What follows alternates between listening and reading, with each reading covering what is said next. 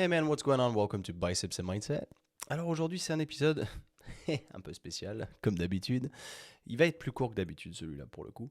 C'est plutôt parce qu'il m'a été beaucoup demandé, et c'est vrai que j'ai trouvé que ça faisait sens, parce que je parle pas mal méditation, enfin du moins que ça fait plusieurs années que je pratique la méditation. Et c'est vrai qu'avant de me lancer là-dedans, quand tu penses méditation, tu te dis, ouais d'accord, le mec c'est Bouddha, il se pose en tailleur, et genre, il part en lévitation, blabla. Sauf que j'ai trouvé beaucoup de sens à la méditation avec le temps pour sortir de l'aspect ultra saturé de la société. Tu vois, je te parlais de la dopamine détox, et en l'occurrence, ça fait partie de ça. Et ce que je te propose aujourd'hui, c'est de t'expliquer rapidement quelques principes de pourquoi est-ce que moi je le fais, qu'est-ce que ça m'apporte, et pourquoi tu devrais aussi potentiellement le faire aussi. Enfin, aussi.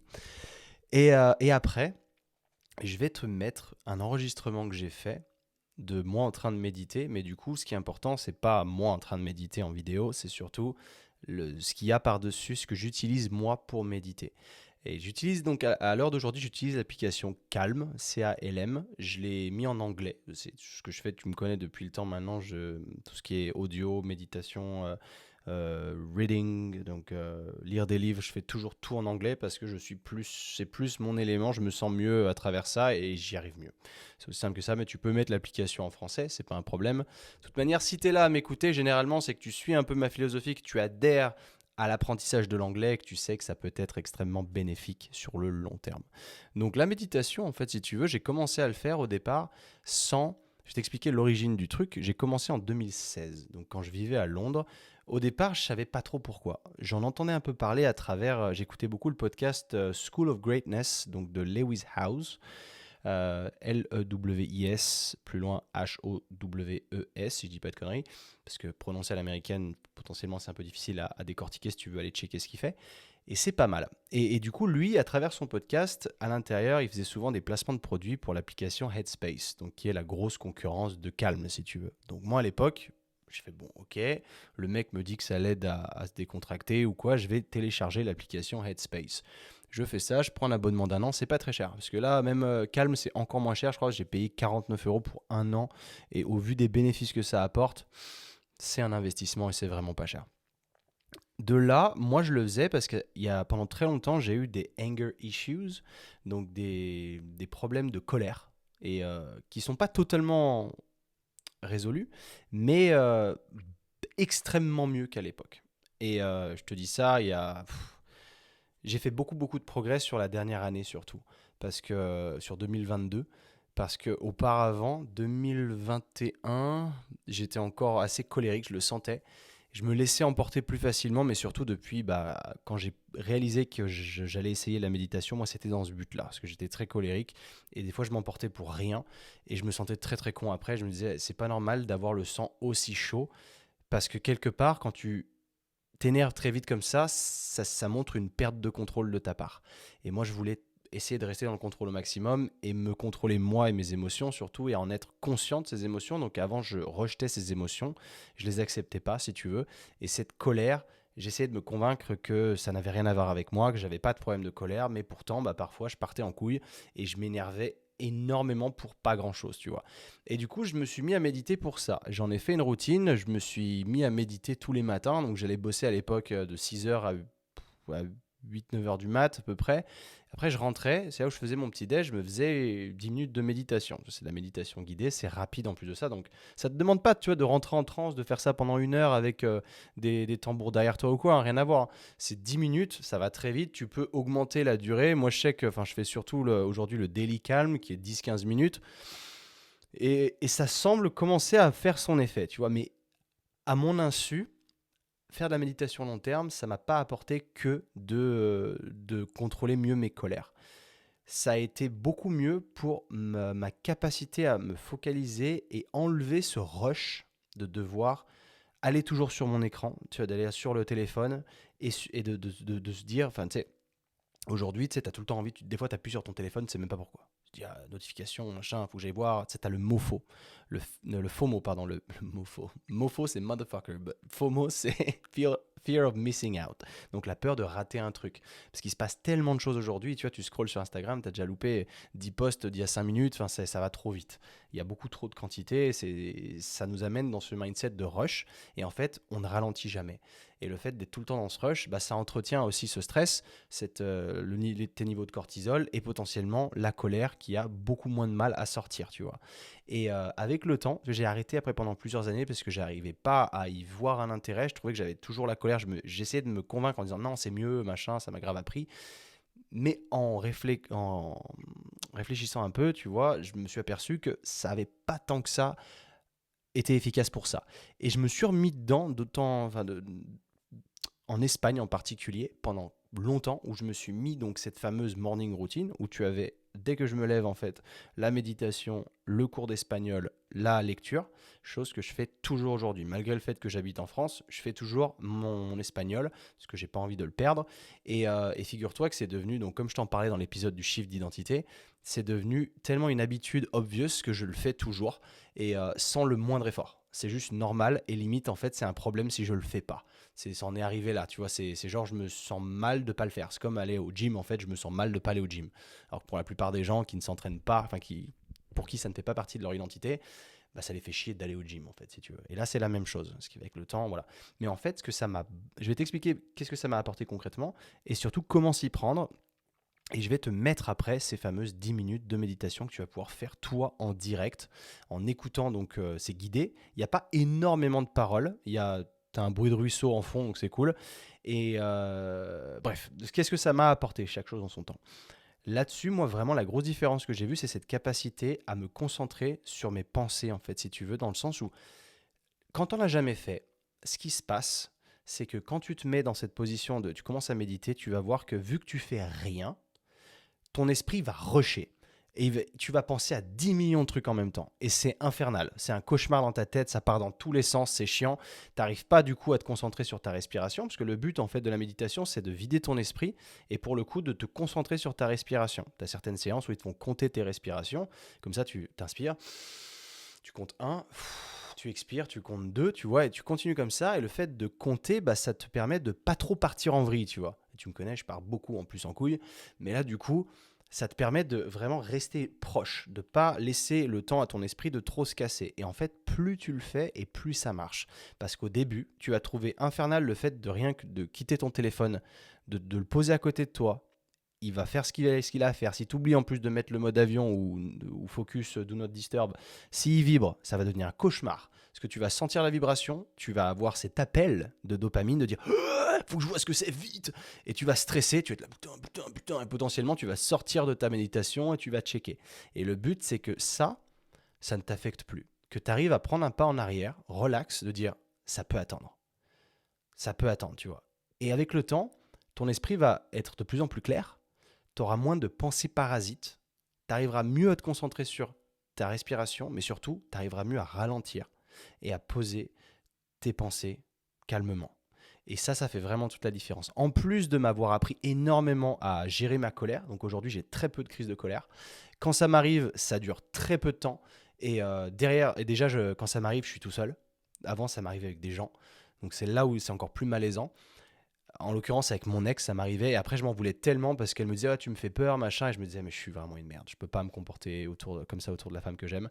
Et du coup, bah, j'ai beaucoup travaillé là-dessus. Et quand ça ne m'arrive que tout seul. Et ça m'arrive littéralement 10 secondes. Et après, je sors de ça, tu vois. Je fais oula, t'es en train de faire quoi là? T'acceptes, tu vois, cette émotion. Et t'acceptes aussi d'être prêt à faire quelque chose pour ça. Et tu te dis c'est bon, je sais gérer. J'arrive à la gérer, j'arrive à contrôler. Et ça, c'est extrêmement important pour moi. Ça m'a beaucoup apporté. Toujours dans ce mindset, dans cet état d'esprit de devenir une meilleure personne au jour le jour et de ne jamais s'arrêter dans cette quête, eh ben ça en fait partie. Et cette méditation, du coup, ça m'a appris tout ça. C'est que maintenant, comment ça se passe? Tu te poses, tu te focalises sur ta respiration. Je te conseille de mettre en mode avion ou en mode do not disturb. Ça dure que 10 minutes. Donc dis-toi que 10 minutes, c'est quoi dans une journée? que tu donnes pas d'attention à ton téléphone pendant 10 minutes, quoi qu'il se passe. Et le mieux, évidemment, si tu mets le mode avion, tu sais que tu vas pas être dérangé. Et ça, c'est top. Ensuite, je t'invite à mettre des écouteurs ou un casque anti-bruit. Tu sais que tu peux enlever le bruit qu'il y a dans les extérieurs. Comme ça te permet vraiment d'être dans une bulle, de n'écouter que la personne qui fait la méditation guidée, et du coup, de n'écouter ses mots et de faire ce qu'elle te dit de faire. Et c'est tout. Et tu vas avoir des pensées qui vont arriver. Au début, il va y en avoir énormément. Et c'est un enfer, c'est difficile. Mais avec le temps, elles se condensent, il y en a de moins en moins. Tu les contrôles de mieux en mieux. Et ça va t'arriver après de notifier qu'il y a des pensées. Tu vois, le but, c'est ça, c'est ce qui s'appelle le noting dans la méditation, où tu es en train de, t'essayes de vraiment de vider ton esprit. Tu ne penses qu'à ta respiration. Et là, tu as une pensée un peu parasite. Or, tu y penses, tu sais, ok, j'ai pensé à ça. Et là, tu reviens à la méditation. Il faut toujours essayer de revenir vers l'intérieur à chaque fois, de ne penser de ne penser à rien, mais de ressentir ton corps, de ressentir ta respiration et de ne focaliser que ça, que là-dessus. Et quand tu as terminé après ces 10 minutes, tu verras que tu te sens, tu es calme, vraiment, ça fait un bien, tu vois. Et moi, ça me met dans un mood où derrière, direct, je prends mon téléphone, je vais sur mon application pour faire l'espagnol, et après, j'enchaîne avec ma lecture et je me sens bien. Je commence pas ma journée dans le rush, en fait. C'est ça qui est intéressant. C'est que ça va calmer le rythme de ta journée. Parce que tu as des gens aujourd'hui qui ont, en plus, j'ose même pas imaginer, parce que moi, je suis célibataire, je vis tout seul, mais tu as des gens qui vivent avec quelqu'un, qui ont des enfants. Du coup, tu te lèves, c'est le rush direct. Alors que dis-toi que si tu arrives à te lever un peu plus tôt que tout le monde, tu vas t'asseoir, tu te mets en tailleur dans la position que tu trouves confortable pour toi, tu es sûr de ne pas être dérangé et tu fais ça tes 10 minutes. Et après, tout le monde va se lever, bah, tu seras à une vitesse en dessous de tout le monde et du coup, tu vas essayer pour que eux matchent ton énergie, quoi. Tu vas pas te laisser stresser. Tu vois ce que je veux dire? Tu vas être calme, tranquille, tu vas gérer les choses de manière rationnelle, tu vas rien oublier, tu vas pas te mettre de coups de pression et ta journée, du coup, va se passer mieux. Parce que à partir du moment où tu te lèves, dépendamment de comment tu te sens dans ta tête, ça va généralement définir tout le reste de ta journée. Tu sais, tu as déjà eu ce sentiment de ah, ce matin, il m'arrive que des merdes, ça va être une journée de merde. Possible. Mais du coup, si tu arrives à canaliser ces pensées-là dès le matin à travers la méditation, ça va améliorer ta journée. Elle sera plus calme, plus lente, plus réfléchie, plus efficace. Ok? Voilà pourquoi je fais de la méditation aujourd'hui et pourquoi je ne compte pas m'en passer et que ça m'apporte énormément. Je t'invite impérativement à tester et pour ce fait, là tout de suite, je vais jumper dans une méditation sur 10 minutes. Je t'invite à faire ça et puis on se retrouve après. Allez, good luck. Welcome to the Daily Calm. I'm Tamara Levitt, and in today's session, we'll explore the habit of trying to recreate the past. Start by settling in with a tall, straight back. Rest your hands in an easy, effortless way. And when you're ready, close your eyes. Let the eyes be soft, the forehead smooth. Allow any tension in the jaw to dissolve.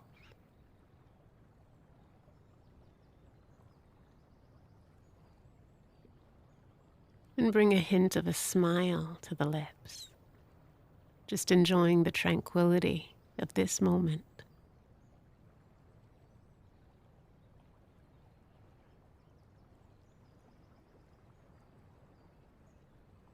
Feel the throat relaxed, the shoulders loosening. Allow the chest to be open.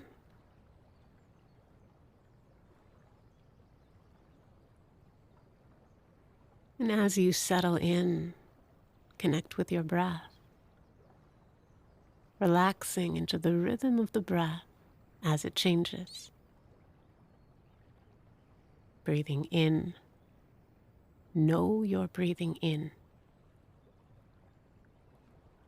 Breathing out.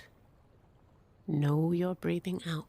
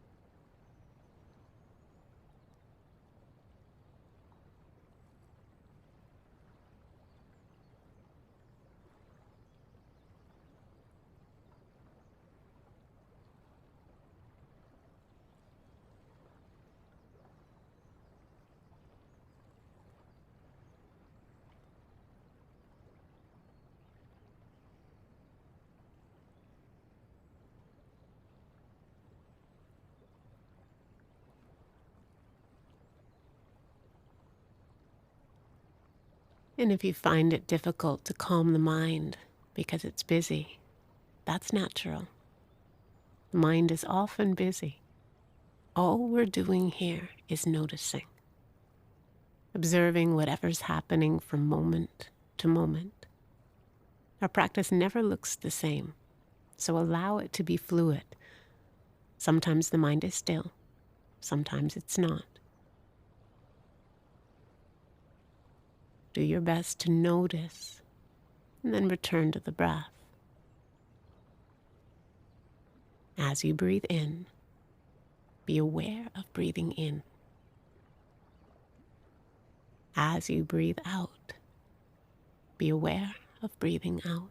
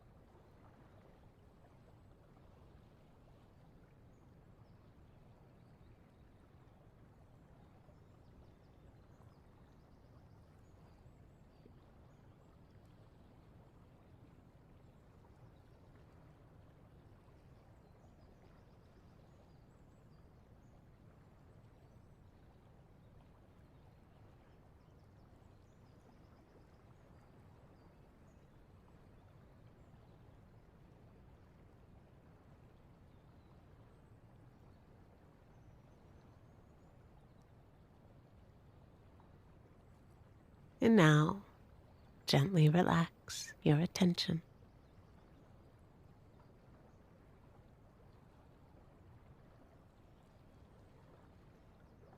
Today, I'd like to talk about the tendency to want to relive positive memories. I'm sure we can all think back to at least one memory of an event that seemed just perfect. Maybe it was a romantic first date or a picturesque vacation. Often when we reminisce about past experiences, we try to recreate them, perhaps by revisiting the same beautiful beach or organizing the same group of friends for a weekend ski trip. But we may notice that these recreations don't quite measure up to the original experience. We sometimes make the mistake of associating physical places or external events with the inner enjoyment we experienced when we were there. When what we experience is new, we're able to be more fully present because we aren't comparing it to previous memories. We're truly living the experience for the very first time. And since we're more present, we pour ourselves into every sight and sound and enjoy it more fully. So the next time you're revisiting a favorite place or are getting together with a group of friends, see if you can let go of previous memories in order to create new ones. Resist the urge to compare and bring yourself fully into the present. As Michael Schreiner once stated, the magic is not in a place. The place is just the backdrop, no matter how nice it is. The magic is in our own attitudes, our decision to leave the past and the future behind for a while, to focus all our attention on the here and now.